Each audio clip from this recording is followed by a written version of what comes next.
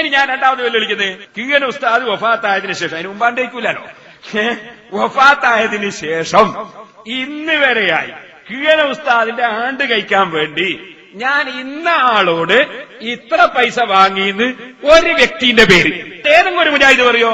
ഉണ്ടെങ്കിൽ കൊണ്ടുപോവാ. നമുക്ക് അവിടെയാണ് ആൺകുട്ടികളുണ്ടോ എന്ന് പരിശോധിക്കലപ്പോഴാ.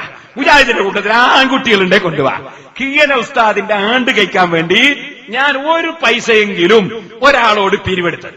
ഇനി എന്താ പറഞ്ഞത്? അതുകൊണ്ട് എന്നെ നാദാവത്ത് ഓടിച്ചതാണ്. എന്തെങ്കിലും ആര്യാസൻ നേരത്തെ പറഞ്ഞ് ഒരുപാട് സ്ഥാപനം ഉണ്ടാക്കിയിട്ടുണ്ട്, അത് ഓട്ടത്തിൽ ഉണ്ടാക്കിയതായിരുന്നു. നാദാവത്തിന് ഓടിച്ചതാണ്. ഇതേ ആര്യാസം പറഞ്ഞ് 2 കോളേജ് ഉണ്ടാക്കിയിട്ടുണ്ട് നാദാവത്ത്, വേറെ 2 പള്ളി ഉണ്ടാക്കിയിട്ടുണ്ട്, 2 അധികം ഉണ്ടാക്കിയിട്ടുണ്ട്, അതുകൊട്ടെ 2 പള്ളി ഉണ്ടാക്കിയിട്ടുണ്ട്. പിന്നെയോ 2500ഓളം കുട്ടികൾ പഠിക്കുന്ന ഹയർ സെക്കൻഡറി സ്കൂളും അതുപോലെ ഇംഗ്ലീഷ് മീഡിയം സ്കൂളും സെക്കൻഡറി സ്കൂളും ഹയർ സെക്കൻഡറി സ്കൂളും ഉണ്ടാക്കിയിട്ടുണ്ട്. അവിടെയൊക്കെ കുട്ടികൾ പഠിക്കുന്നുണ്ട്. വാണിമേലുള്ള ഒരുപാട് കുട്ടികളുണ്ട്. മുജാഹിദിന്റെ കുട്ടികൾ എത്രയോ പഠിക്കുന്നുണ്ട്. അതുപോലെ തന്നെ ഇപ്പൊ ഹയർ സെക്കൻഡറി സ്കൂളിൽ പഠിക്കുന്ന ഒരു കുട്ടി ഒരാഴ്ച മുമ്പ് എന്നെ തോന്നുന്നു മുജാഹിദിന്റെ മോനാ, കുറ്റിയാടിയാ, എന്റെ അവിടെ പോയിട്ടാ പഠിച്ച്. എന്ന് അതിന് മുമ്പ് ഞാൻ നിസ്കാരം തുടങ്ങി അവിടെ വന്നതിന് ശേഷം കുട്ടി എന്നോട് പറഞ്ഞിട്ടുണ്ട്. ആ കുറ്റിയാടിയുള്ള കുട്ടിയാണ്. വേണ്ടി വന്നാൽ ഞാൻ കുട്ടിയെ തന്നെ കാണിച്ചു തരും. സ്ഥാപനത്തിൽ ചേർക്കും, കുട്ടികളെ പഠിപ്പിക്കാനാ ചേർക്കുന്നത്, നന്നാക്കാനാ ചേർക്കുന്നത്. ഏത് കുട്ടി വന്നാലും ആ കുട്ടികളെ പഠിപ്പിച്ച് നന്നാക്കാന്നുള്ള വലിയ ലക്ഷ്യം. ഇരിക്കട്ടെ, ഞാൻ പറഞ്ഞത് അങ്ങനെ ഞാൻ സ്ഥാപനം ഉണ്ടാക്കി ഒരുപാട് ഇത് ആര്യാസം പറഞ്ഞു. ഇയാൾ എന്നെ ഒരു നാദാവരുന്ന് ഓടിച്ചതെന്ന് പറഞ്ഞു. അപ്പൊ ഞാൻ ഓടുന്ന ഓട്ടത്തിലുണ്ടാക്കിയ സ്ഥാപന. അതിന് ആര്യാസനെ പറ്റി ഞാൻ എന്തോ പറഞ്ഞോ? ഞാൻ പറഞ്ഞു ഒരു മാന്യ വ്യക്തിയുടെ സ്ഥലത്ത് നിന്ന്. മാന്യ വ്യക്തി എന്നാ ഞാൻ പറഞ്ഞു. ഞാൻ വേറെ ഒന്നും ആര്യാസനെ പറഞ്ഞിട്ടില്ലല്ലോ. ഒരു മാന്യ വ്യക്തിയുടെ സ്ഥലത്ത് നിന്നാണ് പ്രസംഗിക്കാറ്. ഒരു മാന്യ വ്യക്തിയുടെ സ്ഥലത്ത് നിന്നാണ് പ്രസംഗിക്കാറ്. ഇനി ആര്യാസൻ എന്നെ പറ്റി പറഞ്ഞോളി. ഞാൻ ആര്യാസനെ പറ്റി പറഞ്ഞു മാന്യ വ്യക്തി. പേരോട് ഇരുത്തലല്ല, അയാൾ കളവേ പറയാറുള്ളൂ. കളവയാൾ പറയും. അത് ഇയാൾ പേരോടിന്റെ പ്രസ്താവന 100% കളവാണ് അയാൾ പറയുന്നത്. അത് എന്നെ വെച്ചുകൊണ്ട് അത് പറയേണ്ട യാതൊരു കാര്യമില്ല. 100% കളവാ പറഞ്ഞത്. അപ്പൊ ഞാൻ ആര്യാസനോട് ചോദിക്കട്ടെ, നിങ്ങളെ സംബന്ധിച്ച് ഞാനൊരു മാന്യ വ്യക്തി എന്ന് പറഞ്ഞ കളവാ? പിന്നെ നിങ്ങൾക്കൊരു കാര്യം കേൾക്കണോ? ഞാൻ പറഞ്ഞത് സത്യാന്ന് ആര്യാസനും അറിയാം. പിന്നെ അയാൾ എന്തിനാ 100% കളവാ പറഞ്ഞെന്ന് സെലഫിക്ക് വേണ്ടി അഭിമുഖത്തിൽ പറഞ്ഞു കൊടുത്തത് എന്തിനാ? എന്താ കാരണം അറിയോ? നേതൃത്വത്തെ ധിക്കരിക്കൽ ഏറ്റവും വലിയ തെറ്റാണ് എന്നൊരാശയുണ്ട്. ആര്യാസൻ പറയുന്നത് നേതൃത്വത്തെ ധിക്കരിക്കലാണ് ഏറ്റവും വലിയ തെറ്റുന്ന. എന്നാ ഞാനൊന്ന് പറയട്ടെ, നേതൃത്വം കളവ് നടത്തിയാൽ, നേതൃത്വം അസത്യം പറഞ്ഞാൽ, നേതൃത്വം തെറ്റായ കാര്യത്തിന് മുതിർന്നാൽ അത് അംഗീകരിക്കലായ ഏറ്റവും വലിയ തെറ്റ്. അപ്പൊ തെറ്റും ശരിയും നോക്കാതെ 100% കളവ് പറഞ്ഞു എന്ന് നേതൃത്വത്തിന് വേണ്ടി പറയാണ്. നേതൃത്വം പറഞ്ഞാൽ ധിക്കരിക്കൽ ഏറ്റവും വലിയ തെറ്റാണ് ഈ മൗലവിമാര് പറഞ്ഞു കൊടുത്തിരിക്കുന്നു. സുബ്ഹാന ജല്ല ജലാലു. എന്നാൽ ഞാൻ വിനയത്തിന്റെ ഭാഷയിൽ പറയട്ടെ, ലാ ത്വാഅത ലിമഖ്ലൂഖിൻ ഫീ മഅസിയത്തിൽ ഖാലിഖി. പടച്ച റബ്ബിന് തെറ്റ് ചെയ്യുന്ന കാര്യത്തിൽ ഒരു പടപ്പിനെയും സ്വീകരിക്കാൻ പറ്റൂല, അനുസരിക്കാൻ പറ്റൂല. അള്ളാഹ്ക്ക് തെറ്റ് ചെയ്തുകൊണ്ട് മറ്റൊരാളെ അനുസരിക്കാൻ പറ്റൂല. അള്ളാഹുവിൽ വിശ്വാസം വേണം. സർവ്വ മുജാഹിദും മനസ്സിലാക്കണം. അള്ളാഹുവിൽ ഉറച്ച വിശ്വാസം വേണം. അല്ല മാത്രമേ കൊടുക്കുന്നവനുള്ളൂ, അല്ല മാത്രമേ തടയുന്നവനുള്ളൂ. അല്ല തന്ന നാവാണ്, അല്ല തന്ന കാതാണ്, അല്ല തന്ന കണ്ണാണ്, അല്ല തന്ന ഹൃദയമാണ്, അല്ല തന്ന വയറാണ്, അല്ല തന്ന തൊള്ളയാണ്, അല്ല തന്ന കൈയാണ്, അല്ല തന്ന കാലാണ്, അല്ല തന്ന ആരോഗ്യമാണ്, അല്ല തന്ന ശരീരമാണ്, അല്ല തന്ന ആത്മാവാണ്, അല്ല തന്ന വെള്ളമാണ്, അല്ല തന്ന ഭക്ഷണമാണ്, അല്ല തന്ന ഓക്സിജനാണ്. അല്ല തരുന്നവനാണ്, തന്നവനാണ്. അവനല്ലാതെ കൊടുക്കുന്നവനില്ല, അവനല്ലാതെ തടയുന്നവനില്ല. ആ റബ്ബിനെ അനുസരിച്ച് ജീവിക്കണം. അതാണ് വേണ്ടത് മുജാഹിദുകളെ. നേതാക്കൾ എന്ത് പറഞ്ഞാലും സ്വീകരിക്കണമെന്ന് പറയുന്ന തത്വം അത് അല്ലാഹ് പൊരുത്തപ്പെടുന്ന തത്വമല്ല. അല്ലാഹു പൊരുത്തപ്പെടുന്നത് നേതാക്കൾ പറഞ്ഞാൽ, അല്ലാഹ് കൽപ്പിച്ചത് നേതാക്കൾ പറഞ്ഞാൽ അതനുസരിക്കണമെന്നത് ശരിയാണ്. ലാ ത്വാഅത ലിമഖ്ലൂഖിൻ ഫീ മഅസിയത്തിൽ ഖാലിഖി. സൃഷ്ടാവിന് തെറ്റ് ചെയ്യുന്ന വിഷയത്തിൽ ഒരു സൃഷ്ടിയെയും അനുസരിക്കാൻ പാടില്ല. ഇത് സർവ്വ മുജാഹിദുകളും മനസ്സിലാക്കണം. ആഖിറത്തിലെത്തിയിട്ട് കൈ കടിച്ചിട്ട് കാര്യമില്ല. അതായന സാദതന വകുബറാന, ഞങ്ങളുടെ നേതാക്കന്മാരെ അനുസരിച്ചതാണെന്ന് അള്ളാഹിനോട് പറഞ്ഞിട്ട് കാര്യമില്ല. പരിശുദ്ധ ഖുർആൻ അത് പ്രത്യേകം പറയുന്നുണ്ട്. മൗലവിമാര് പഠിപ്പിച്ചൊരു ആശയാണ് നേതൃത്വത്തെ ധിക്കരിക്കൽ ഏറ്റവും വലിയ തെറ്റാണ്. നിങ്ങളൊന്ന് ആലോചിച്ച് നോക്ക്. നേതൃത്വം തെറ്റായ കാര്യം പറഞ്ഞാലും അംഗീകരിക്കണം എന്ന് ടി.പി. അബ്ദുള്ളക്കോയ മദനി മുജാഹിദിന്റെ പ്രസിഡന്റ് അയാൾ പറഞ്ഞ് തെറ്റു ശരി നിങ്ങൾ നോക്കണ്ട, പടച്ചോന്റെ അടുത്ത് എത്തുമ്പോ നമ്മൾ അവിടെ ഉണ്ടാവും, ജമിയത്തുൽ ഉലമ ഉണ്ടാവും, നിങ്ങൾ അവിടെ അള്ളാഹിനോട് പറഞ്ഞാൽ മതി, എന്ത് ഞങ്ങൾ പറഞ്ഞിട്ടാണ് ഞങ്ങൾ ആയിക്കോളൂ എന്ന് പറഞ്ഞു. അത് ടി.പി. അബ്ദുള്ളക്കോയ മദനി അത് കേൾപ്പിച്ചു കൊടുത്ത മോനെ. നാം ഒരു പ്രതിസന്ധിയിലാണ്. നേതൃത്വത്തെ അംഗീകരിക്കാൻ നാം തയ്യാറാവുക.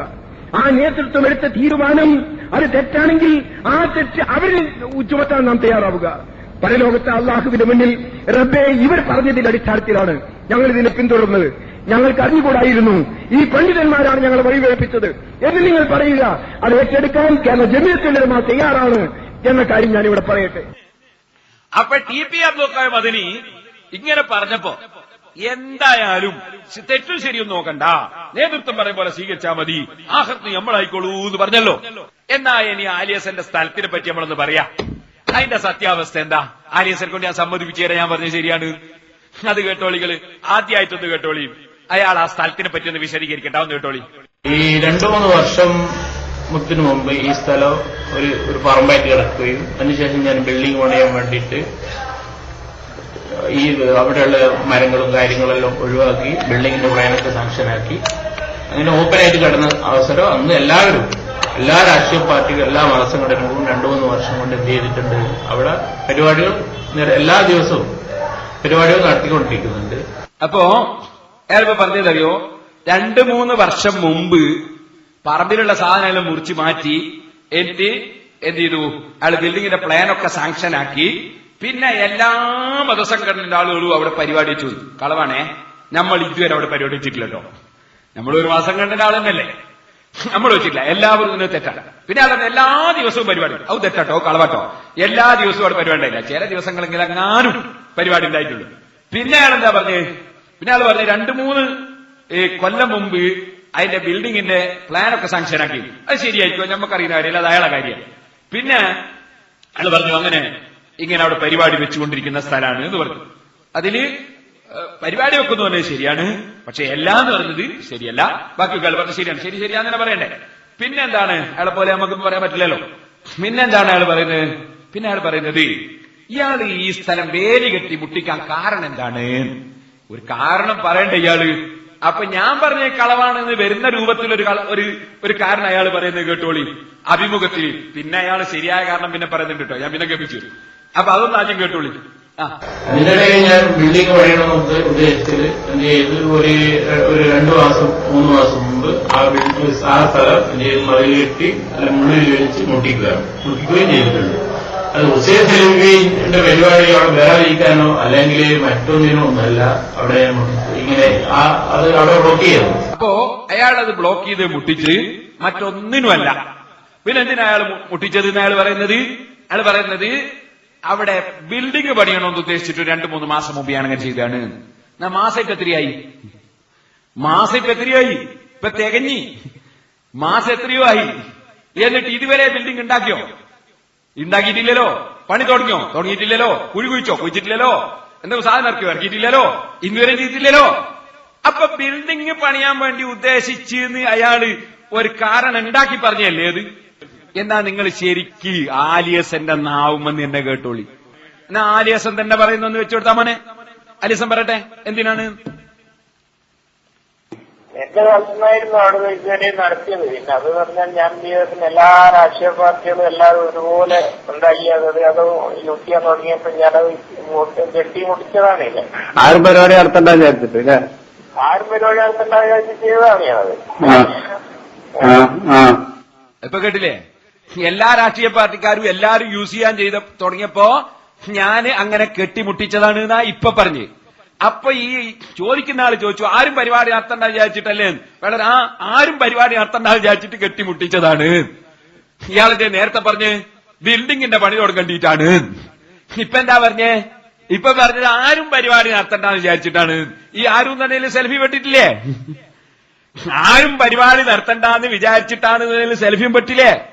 അപ്പൊ ഞാൻ എന്തായിരുന്നു പറഞ്ഞത്, ഞാൻ പറഞ്ഞത് സെൽഫി ചവിട്ടരുത് എന്ന രൂപത്തിൽ, സെൽഫി ചവിട്ടരുന്ന് വിചാരിച്ചിട്ട് എന്നല്ല ഞാൻ പറഞ്ഞു, സെലഫി ചവിട്ടാതിരിക്കാനല്ല ഞാൻ പറഞ്ഞു. ഞാൻ പറഞ്ഞു സെലഫി ചവിട്ടരുത് എന്ന രൂപത്തിൽ പേര് കെട്ടിമുട്ടിച്ചു എന്നാ പറഞ്ഞത്.